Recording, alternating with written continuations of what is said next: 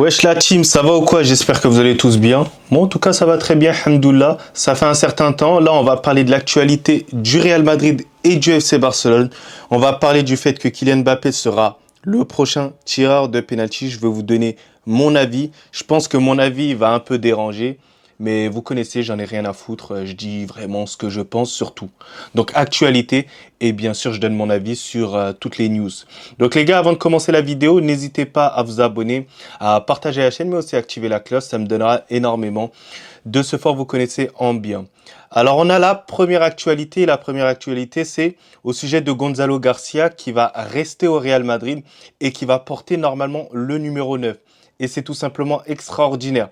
Donc je ne sais pas comment Xabi Alonso il va réussir à modéliser tout ça, où il va le placer. Est-ce que ce sera un remplaçant de luxe? Est-ce qu'au final ce sera pas un titulaire? Si c'est un titulaire, ça veut dire que ça va être compliqué de mettre Vinicius et Mbappé. Donc voilà, ça va voir. Moi, je pense que ce sera vraiment un remplaçant de luxe, mais j'espère qu'il sera bien utilisé. Pas comme certains joueurs qui ont été à la Cassia, qui avaient le potentiel de jouer en équipe première, mais on les a pas laissé la chance. Voilà, c'est ça le problème du Real Madrid. On a tendance à aller chercher des joueurs, à payer des joueurs, mais au final, ces joueurs-là, ils foutent la merde au Real Madrid et on a envie de les expulser automatiquement. Ouais, les gars, j'ai plein de joueurs en tête, hein. À tête d'OM, j'ai des joueurs en tête que je déteste. Mais je veux pas le dire tranquille. Voilà, on va rester en paix. Voilà, tranquille. Ensuite, on a Mastantuono. On a l'information. Lui, à son arrivée au Real Madrid, il a très clairement dit qu'il voulait prendre le numéro 10, mais tranquille, il va le laisser à Kylian Mbappé. On voit que c'est un gars qui a du caractère. Et croyez-moi que ce joueur-là, il n'est pas là pour faire de la figuration. T'as vu, il n'est pas là pour venir au Real Madrid, regarder Kylian Mbappé et tout ça. Non.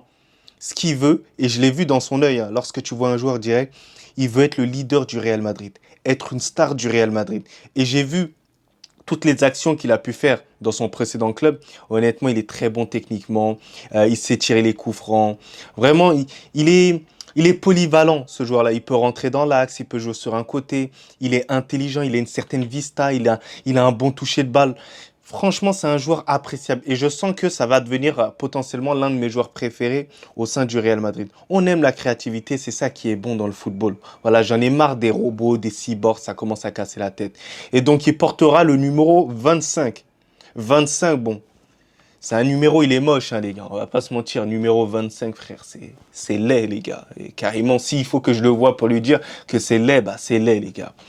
Ensuite, on a Rodrigo. Rodrigo a rencontré Xabi Alonso et n'a pas demandé un transfert. C'est une très bonne nouvelle, ça, pour Rodrigo. Il prend enfin du caractère. Le Real Madrid reste OK pour le vendre si une demande est faite. Donc, ça veut dire que là, pour l'instant, il y a eu des demandes de la part, si je ne me trompe pas, de Manchester City, de Liverpool, mais il n'y a pas eu de demande concrète. En fait, moi, l'avis que j'ai au sujet de Rodrigo, c'est tout simple. Il y a 90 millions qui ont été demandés de la part du Real Madrid, voire plus. Mais le truc, c'est quoi? C'est que pour moi, c'est surestimé, Rodrigo. Rodrigo, pour moi, il ne mérite pas 90 millions d'euros. C'est un fait, c'est une réalité, la famille. Rodrigo, si tu l'avais mis à 50 millions d'euros, il serait parti direct dans un plus grand club. Le seul club qui est en capacité de mettre ça et qui allait le faire, c'était Tottenham. Mais Rodrigo, il a refusé ça. Il voulait un club de plus haut standing. Et c'est tout à fait normal. Il a joué au Real Madrid, il a fait des petits matchs et tout. Mais le problème de Rodrigo, comme j'ai dit dans de précédentes vidéos, c'est qu'il n'y a pas cet aspect de régularité. Et c'est ça qui est important.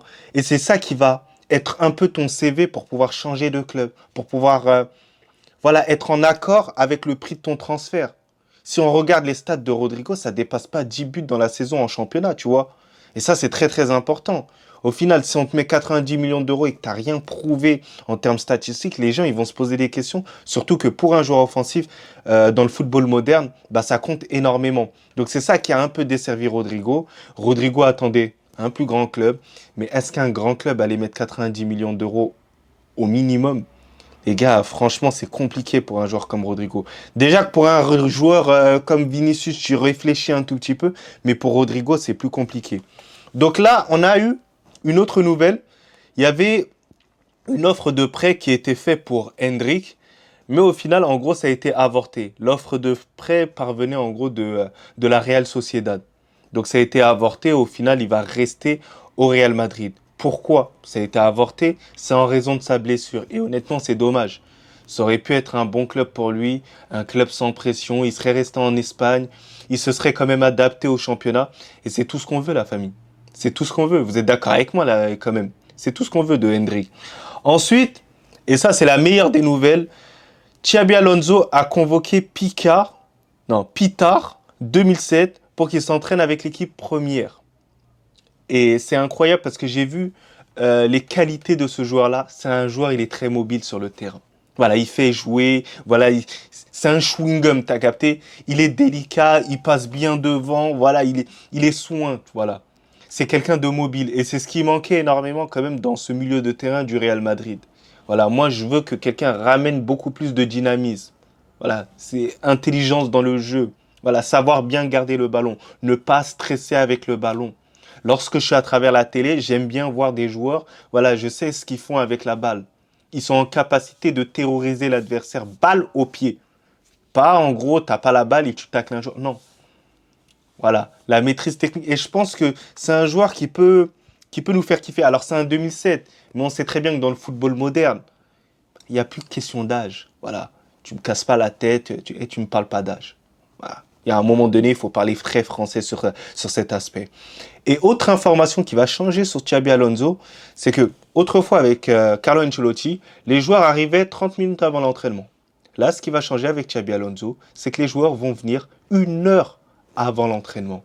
Et ça, c'est très très important pour la discipline, le sérieux et surtout le vivre ensemble. T'as capté? C'est ce qui est important dans le football. En fait, quand tu viens, faut pas que, en gros, tu viennes à la va-vite, tu t'habilles seulement. Non. Le but, c'est de communiquer aussi avec les joueurs, avec les jeunes, qui vont prendre aussi exemple sur toi. Et ça va faire que faire progresser, en gros, l'équipe. C'est tout ce qu'on veut, la famille. C'est tout ce qu'on veut. Ensuite, information du côté Blaugrana. Et c'est une nouvelle qui m'a assez choqué, les gars, quand même, sur Ter Stegen. Ter Stegen, au final, il n'a pas voulu signer le rapport médical. Donc, le FC Barcelone a ouvert une enquête disciplinaire en interne contre Ter Stegen. Et voilà que les gars, c'est une dinguerie internationale. En fait, moi, j'ai l'impression que les Barcelonais, ils sont un peu ingrats avec Ter Stegen. Ils sont durs avec Ter Stegen. Alors certes, Ter Stegen, ce n'est pas le meilleur gardien. Il n'y a pas de souci, tranquille. Par moments, il était en difficulté. Par moments, il faisait ses arrêts en croix de handballeur. Il se prenait pour tirer au meilleur. J'arrivais vraiment pas à comprendre. Et d'ailleurs, il avait qu'à garder sa calvitie. Peut-être que, bon, il serait aussi mieux. Après, c'est un CSC un peu pour moi. Hein. Moi, j'ai fait une greffe un peu pareil que lui. C'est un CSC. Mais vous avez capté, je trouve que les Barcelonais, voilà, ils n'arrivent pas à mettre un peu de l'eau dans le vin et ils n'arrivent pas à respecter tout ce que Ter Stegen a fait auparavant. Au lieu d'accepter que, tout simplement, il est blessé, croire en leur gardien, bah, j'ai l'impression que ça le crache dessus. Mais en tout cas, les joueurs, de leur côté, n'ont pas été ingrats. Voilà, c'est un bon, ça se voit, il est sympa, il est gentil. Vous voyez Ter Stegen à être méchant? Les gars, s'il vous plaît, il est pas méchant, il est gentil, il est sympathique, il est doux. Et là, ça se voit, il se bat jamais, ça se voit, il est faible à la bagarre. C'est moi qui vous dis, il est faible à la bagarre. Ensuite, on a la dernière information. Et la dernière information qui a fait énormément parler, c'est que Kylian Mbappé va tirer les pénaltys à la place de Vinicius. Alors, il y en a plein qui sont venus, ils m'ont dit, Abdé, c'est une honte. Voilà, il ne respecte pas Vinicius. Voilà, tout le temps, ça le met derrière Kylian Mbappé. Ouais. Les gars, apportez de la nuance dans vos propos. Apportez de la nuance dans vos propos. Alors certes, c'est un petit manque de respect. Le fait que Vinicius, il était tireur de penalty, c'est une réalité. Mais ça a été désigné par un entraîneur précis, Carlo Ancelotti.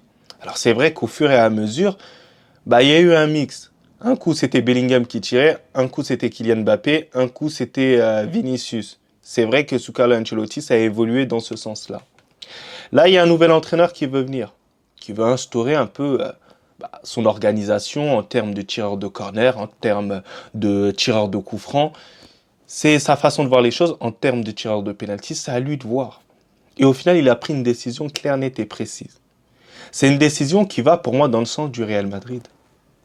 Alors oui, on peut ne pas aimer Kylian Mbappé. Je peux être en accord en fait avec certains de vos propos sur Kylian Mbappé, c'est une réalité. Mais le meilleur tireur entre Vinicius et Kylian Mbappé, mais les gars, à un moment donné, il faut se dire les termes. C'est Kylian Mbappé. Vous voyez les gars, il y a un moment donné où, finale de Ligue des Champions, entre Vinicius et Mbappé, je préfère que ce soit Mbappé qui me tire les pénaltys que Vinicius. Vinicius, j'ai trop peur. Et vous le savez très bien que je protège énormément Vinicius. J'aime Vinicius. Vinicius, c'est mon joueur. Mais le choix, pour moi, il est plus que logique. Alors, le choix qui aurait été le plus logique pour moi, ça aurait été de mettre quand même un Jude Bellingham tireur de pénalty. Mais pour l'instant, il est blessé. Pour l'instant, il est blessé. Et ce qui donne encore plus de crédibilité un peu à Mbappé, c'est que c'est un attaquant aussi. Ça l'aide aussi quand même pour les stats. Donc oui, à un moment donné, il faut se rendre à l'évidence et il faut quand même voir les choses réellement. Certes, on aime Vinicius, mais on ne peut pas enlever ça. Voilà, Vinicius, c'est un meilleur dribbleur. Vinicius, il a d'autres qualités que Mbappé n'a pas. Mais il faut quand même reconnaître que Mbappé, il a des qualités que Vinicius, au final, il n'a pas. Et si tu fais en sorte de mettre Vinicius, sachant que tu sais qu'Mbappé, il est capable de faire ça, c'est que tu nuis au Real Madrid. Et le problème, c'est que toi et moi, on aura un problème. Voilà. C'est est-ce que tu es fan d'un joueur ou est-ce que tu es fan du Real Madrid? Telle est la question. Là, on est en pleine reconstruction, donc le but, c'est quand même de se concentrer sur quelque chose quand même de plus important. Parce que comme je l'ai dit, hein, que ce soit auprès de Mbappé et de Lamine Yamal, j'ai l'impression qu'il y a une hate pas justifiée. Elle n'est pas du tout justifiée, la hate envers les deux. Mais c'est vraiment une hate vraiment à son paroxysme et vraiment une dinguerie. Mais il faut apporter de la nuance, voilà, dans les propos et surtout de l'objectivité. C'est très très important et c'est ce qui manque énormément à pas mal de personnes. Donc les gars, n'hésitez pas à vous abonner une nouvelle fois, à partager la chaîne, mais aussi à activer la cloche, ça me donnera énormément de support. Vous connaissez en bien. Ça à toi.